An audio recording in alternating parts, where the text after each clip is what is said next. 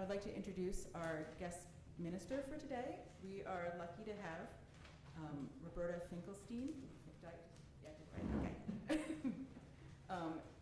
as our guest, welcoming her back to the pulpit. Reverend Finkelstein is a lifelong Unitarian Universalist.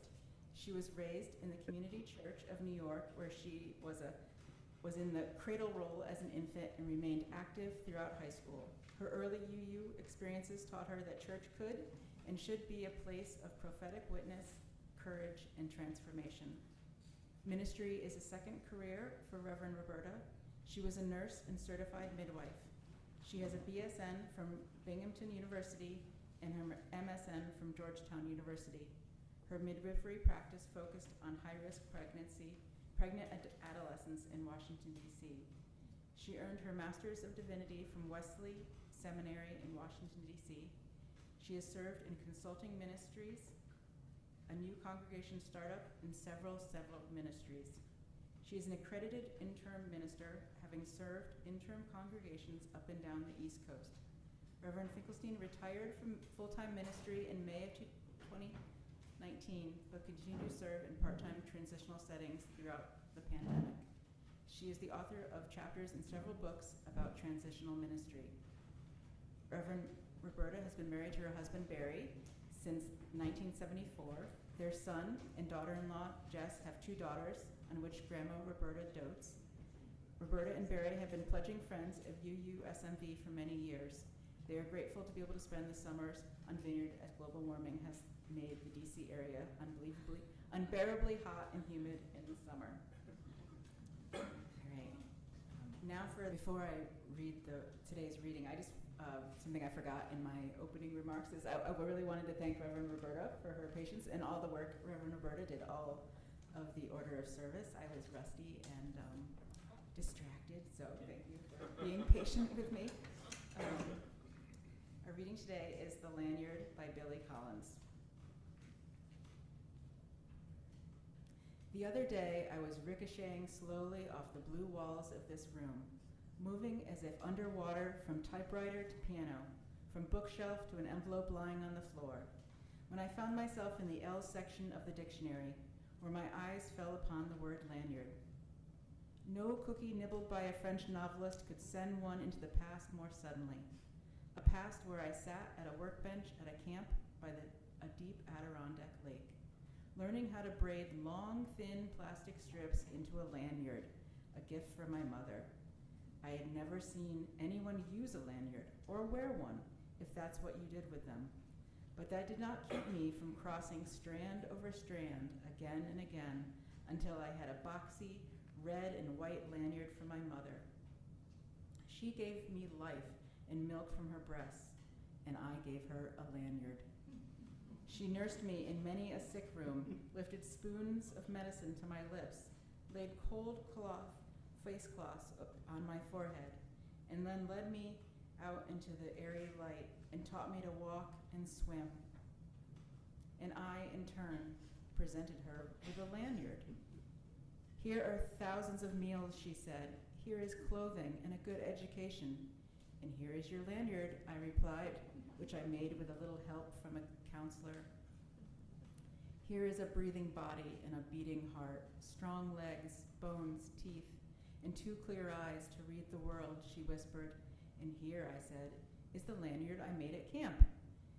And here, I wish to say to her now, is a small gift, not the worn truth that you can never repay your mother, but the rueful admission that when she took the 2-tone lanyard from my hand, I was sure as a boy could be that this useless, worthless thing I wove out of boredom would be enough to make us even.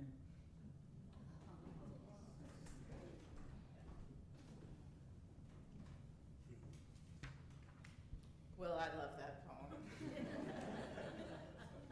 As does every mother who has ever received such a gift. I think about my mother every time I get on the ferry in Woods Hole, about how much my mother loved this island and how she passed that love on to her children and her grandchildren, one of whom I notice has zoomed in this morning. But even before I got on the ferry last week, she was on my mind. What would she make, I wondered, of the dystopian nightmare we are living through? What would Jeanne do? That's what my WWJD stands for. And more importantly, what am I, Jeanne's daughter, called to do?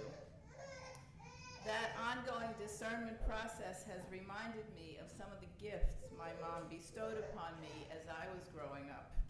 And this sermon is an homage, in a sense, to my mother, and I hope it is at least a little more valuable than a lanyard.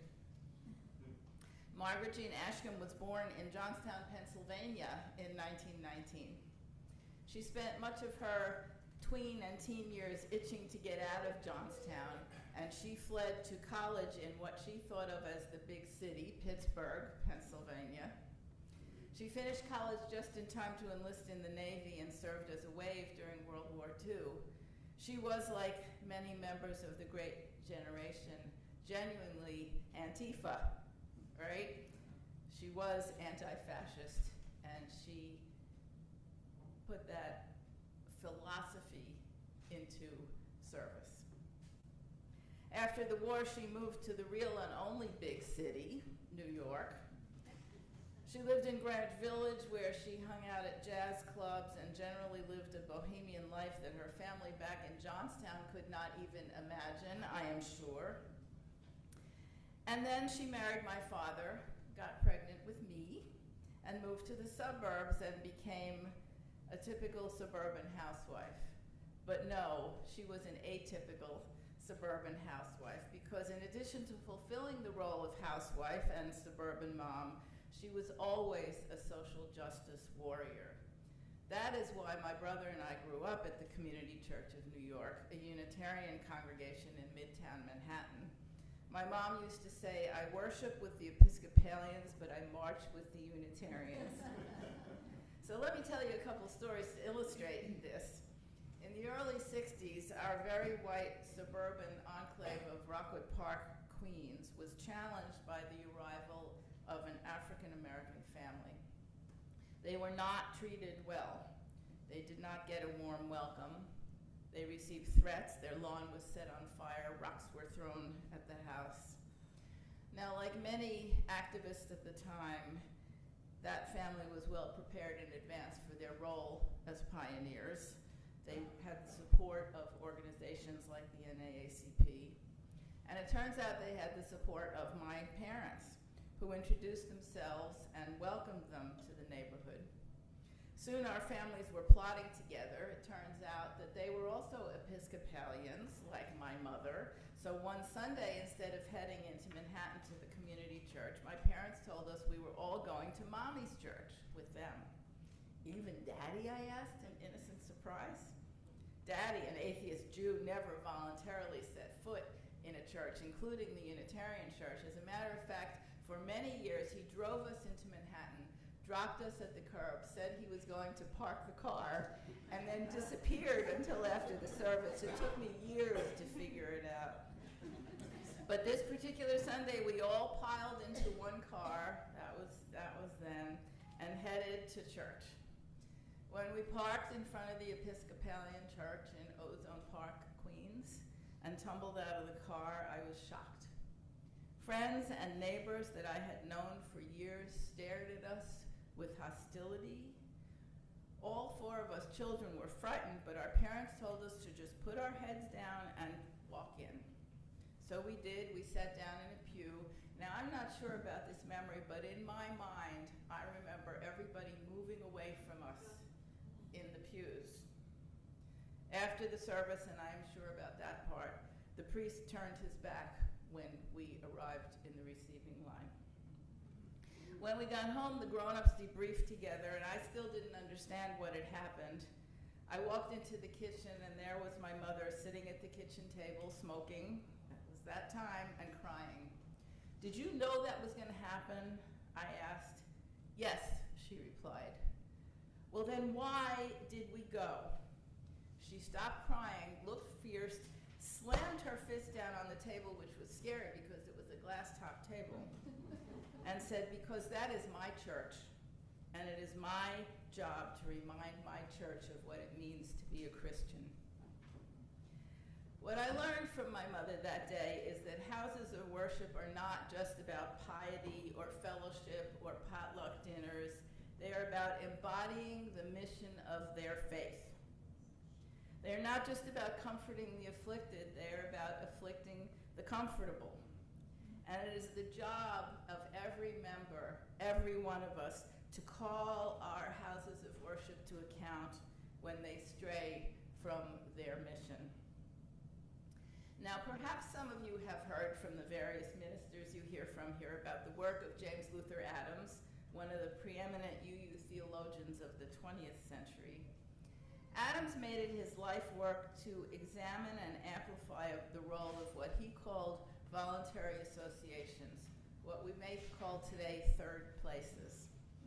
He noted that there is always a creative tension between excessive individualism, something that has sometimes plagued our congregations, and collective authoritarianism. Hello. Voluntary associations are the intermediary structures that keep individualism and authoritarianism in balance. Anytime that balance is disrupted, as it clearly is today in our country, it behooves us to pay close attention to those intermediary structures. Houses of worship, book clubs, charitable organizations, all of these groups and organizations need to be nurtured and supported at this time, because in addition to fulfilling their stated missions, we are saddled with the incredibly hard job of bringing our unbalanced nation back into balance. Now, I don't think my mother had ever heard of James Luther Adams, but she certainly understood what it was to practice what he preached. Now, another story. Fast forward a couple years, I was in high school, and I got involved with a group at my high school who were supporting the United Farm Workers in their attempt to unionize grape pickers. We visited supermarkets, talked to the managers about buying only union grapes, and even organized picket lines at non-union stores. But I think the most effective work I did was with the assistance of my mother. Now, you have to understand that my social justice warrior mother looked like a stereotypical suburban housewife in the 60s. She never left the house without being fully made up, makeup, a heavily teased beehive hairdo, and nice clothes. My mother didn't know from jeans. Her appearance is what made it possible for us to pull off a little bit of guerrilla theater. We would walk into a supermarket and stroll up and down the aisles, filling our cart. Then we would arrive at the produce aisle, and she would say loudly, "Oh, Roberta, go make sure those are union grapes they're selling." I would discover, to my dismay, that they were not. She would then ask to speak to the produce manager. A discussion would ensue, and then she would say in dismay, "Well, I just can't patronize a store that doesn't support union farm workers." And then we would leave the overflowing cart of groceries in the middle of the produce aisle and go on to the next store. What I learned from my mother in those days is the importance of using my privilege to support marginalized people in their struggles for equality and justice. Now, it is true that in 1967 or 68, neither of us had ever heard of the concept of privilege. We probably hadn't ever used the word marginalized, but my mother understood fully that somebody who looked like her could affect change that would benefit people who looked nothing like her. And I have always carried that awareness with me. A year or so ago, when it became clear that ICE had been given extraordinary resources and power to carry out the mass deportation agenda, Barry and I attended several trainings sponsored by the ACLU and others on how to respond to ICE activity in our neighborhood. One of the things we learned to do, and they emphasized if you feel safe, is to film their actions so that eventually they can be held accountable for possible unconstitutional activities. And you know who is the safest of onlookers to video ICE actions, old white ladies. And so I have, in fact, used my privilege to do just that on more than one occasion. One final story. When I was in elementary school, I had a piano teacher named Mr. McAllister. He was a kind and patient man, and I loved taking lessons from Mr. McAllister, even though I had absolutely no aptitude for the piano. And I have to say, I took lessons for many, many years, and I can't play a note today. That's not what he accomplished with me. He lived in Manhattan, where he had a reputation as an accomplished classical pianist, playing recitals in some very prestigious concert halls. And yet once a week he came all the way out to the wilds of Queens to give piano lessons to me and several other kids in the neighborhood. After he had done this round of lessons, he would often return to our house for dinner. And I mean dinner party type dinners, because once he was finished with my lesson and went on to the next one, my mother would say, "Okay, let's go."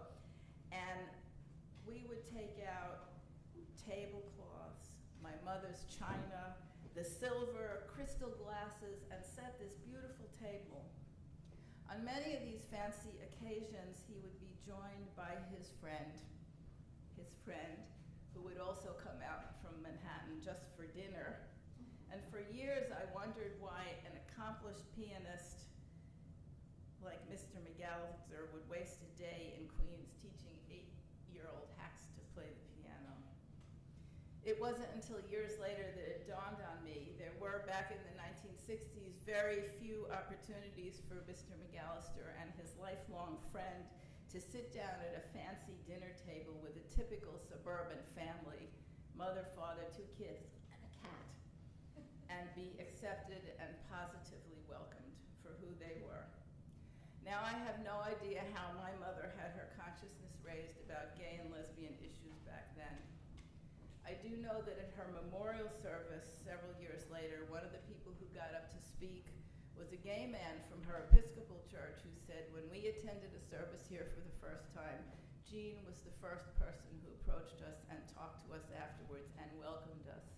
She treated us just like anybody else." In this time of increasing attacks on all kinds of vulnerable people, I can tell you that what I learned from my mother all those years ago is that resistance is not always about marching or advocacy or guerrilla theater. Resistance can be matter-of-fact acceptance that transforms into radical hospitality. A beautifully set table and a beautifully cooked meal, a cup of coffee and a conversation about the weather.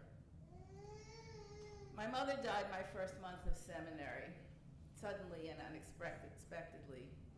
She was thrilled that I had answered the call to ministry, and I suspect that had she been born a decade or so later, she would have been an Episcopal priest herself. Even though Olympia Brown was ordained in 1863, for most of my mother's life, it was still true that women were not supposed to be ministers.